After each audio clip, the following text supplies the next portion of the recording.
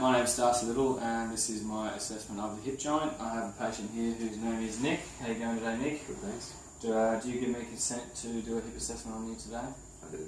Perfect. Alright, so what we're going to do with our hip assessment, the first thing we're going to do is just a visual assessment. So what we want to do from the front, we can ask the patient to lift up their shirt slightly, and what we're going to do is look at their hip.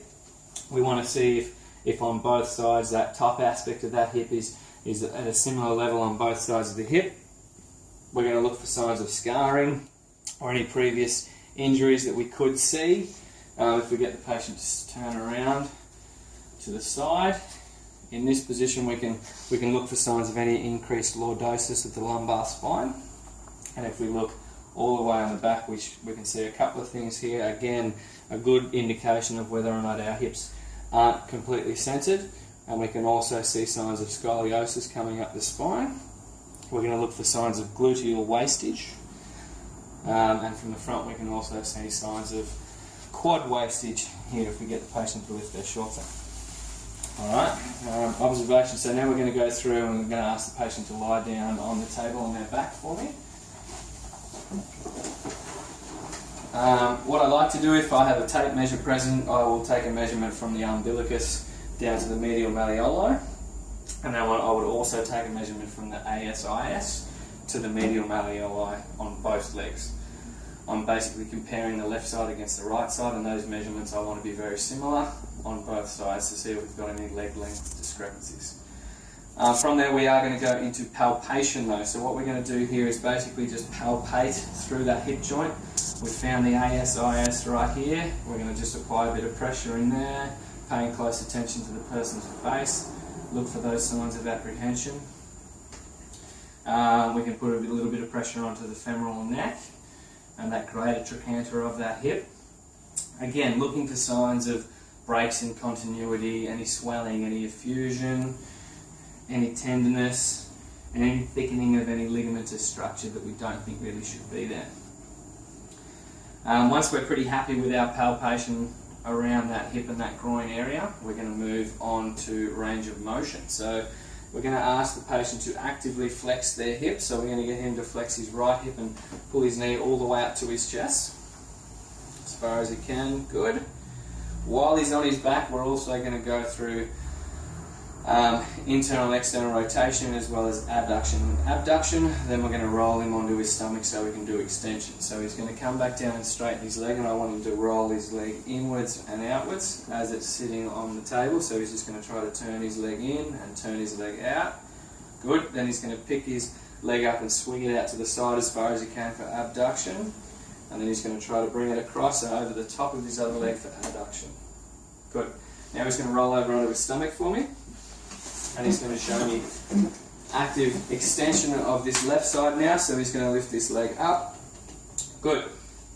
Now that we're going to go through the same thing passively, so again we're going to tell the patient that we really don't want them to assist us through this phase, we want them to be nice and relaxed because we're trying to pay attention to see if we can see what kind of joint end feel we can see. We don't want to feel any firm structures or any bone to bone or any soft end or springy. We want it to be a nice firm end feel. So now we're going to get the patient to roll over onto their back.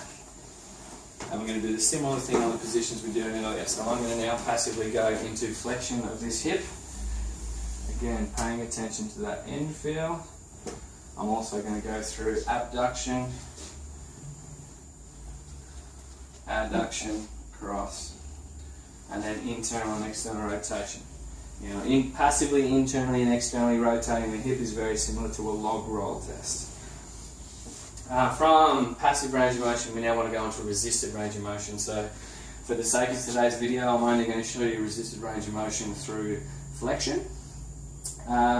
What I want to see is the concentric phases of movement as well as eccentric and isometric. So what's going to happen here is our patient Nick is going to try to actively force himself into hip flexion. We'll actually go on the left side, and I'm going to resist that movement. So he's going to try to pull his knee up, pull, and I'm making it pretty tricky for him. Good. So that's through that concentric phase. The eccentric phase of that is he's going to start already in that hip flex position. He's going to try to maintain it there while I try to move him back into that neutral position, and he's going to hold strong and see if he can resist, but I'm going to win eccentrically assessing that movement. From there we're going to do an isometric contraction, so we're going to come up into hip flexion, he's going to pull, I'm just going to let no change in joint angle occur, and that joint will be very still, but we're still creating a lot of tension. Good, nice and strong. Again, if we had more time in this video, I would be comparing left side against right side, and I would also be going through extension, abduction, adduction, internal and external rotation.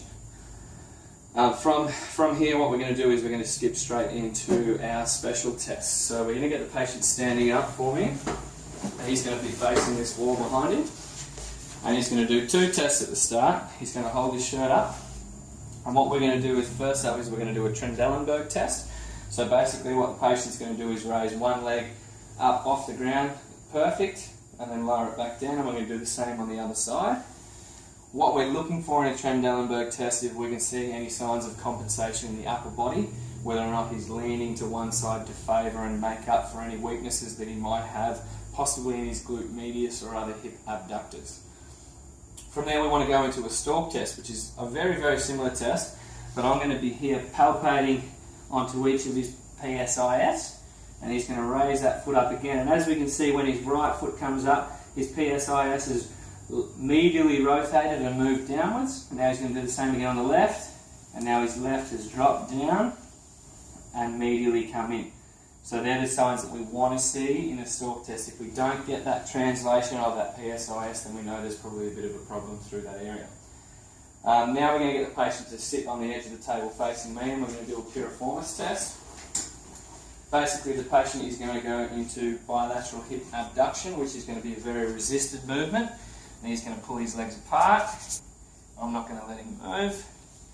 If a positive test for a piriformis test is if that movement there recreates symptoms of pain within that piriformis. We're now going to get the patient lying down on their back for us to do a quadrant test. When we do a quadrant test, we're assessing whether or not the hip is the source of the pain. So what we're going to do is we are going to apply a compressive force down the femur. We are going to assess both the inner quadrant and the outer quadrant. We're going to go through ranges of motion of 70 degrees through to 140 degrees of flexion with a compressive force in both adduction and abduction. So we're going to adduct the hip first. I'm applying that compressive force, and then we're slowly releasing through that period of flexion. Same again, this time through abduction, compressive force, and as we come out through, straightening that leg. Positive signs of pain there would really indicate that the hip is the source of the pain rather than sacroiliac joint or the lumbar spine. From here we want to skip ahead to a Thomas test. So we're going to get the patient to stand up and shuffle down the end of the bed. What they're going to do is sit on the edge of the table, and they're going to hold their left knee up into their chest. I want them now to sit back and let themselves fall down on the table. Good, and what we're looking at is a leg that stays straight. We're assessing if we've got tightness through the hip flexors. If we do have tightness through the hip flexors, this leg will be resting in a position where our hamstrings are not touching the table, but we want to see our hamstrings touching that table, indicating that we don't have a shortness or tightness through that hip flexor, which is good. Again, we will be doing these tests on both sides if we have the time. Good, now we're going to get the patient to shuffle back all the way on the table, and we're going to do a Faber test. So with Faber we're going to go into flexion, we're going to go into abduction and external rotation of that hip. We're assessing for sacroiliac joint pain in this, so I'm going to apply a force down on the knee here. I'm going to brace on the opposite anterior superior iliac spine, and we're going to apply that force now. If we're getting signs of pain, that's going to give us a positive indication that we've got some form of sacroiliac pathology. Again, we would do this on both sides, but today we're skipping ahead through. We're now going to do a labral tear test. So a labral tear test, what we're going to do is firmly palpate in that groin, and then we're going to move the hip through extreme ranges of motion. So I'm going to palpate in that joint line, I'm going to go into extreme ranges of flexion. I'm going to come out into abduction, adduction, still maintaining that firm pressure in that groin.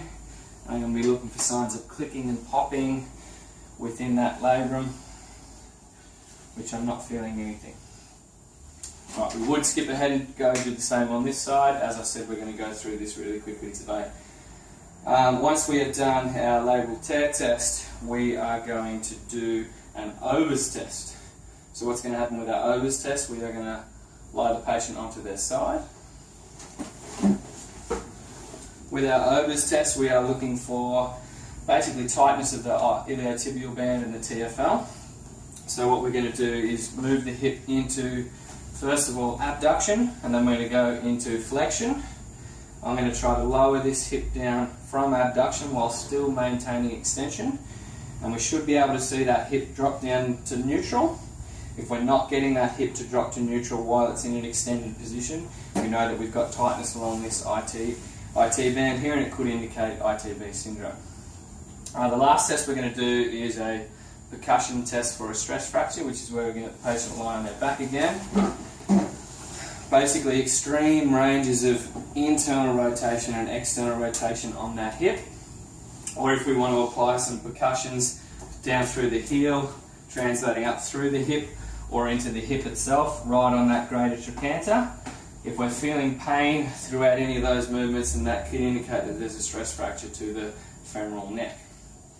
That concludes our special test. So what we're going to do now is go into a quick movement-based functional test. So we're going to get the patient to stand up on their feet. I'm going to ask the patient to do one of two things. First thing they're going to do is just go down into a deep squat for me. So what I'm looking for is any signs of pinching or any restriction or limitations throughout that movement, which seem pretty good.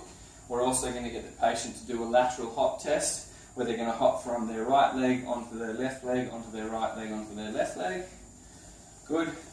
This test can be indicative of labral tear tests, or of a labral tear. In terms of a neuro assessment, we could do a Romberg 60-second balance test. This is obviously going to take a little bit of time in the video, so we're going to skip that, but what we would be looking for is the patient's ability to stand on one leg for 60 seconds. If they're unable to do that, it could show signs of sensory ataxia. The last thing we're going to do is a gait assessment, so I'm going to get Nick to go out to the hallway for me. And he's going to walk up and down the hallway as normally as he can. We're looking for the signs of acceleration and deceleration, how the patient turns, whether or not he favours one side more than another, and basically any form of asymmetry that we can see through that person's gait pattern. That concludes my assessment of the hip. What I would like to do is also have a look at the patient's shoes throughout that gait assessment, and if we can see any signs of uneven wearing of those shoes, and that can indicate that, again, they might be favouring one side more than the other. To be thorough, I would also like to do an assessment of the joint above and below, being the knee and the lumbar spine. Thank you.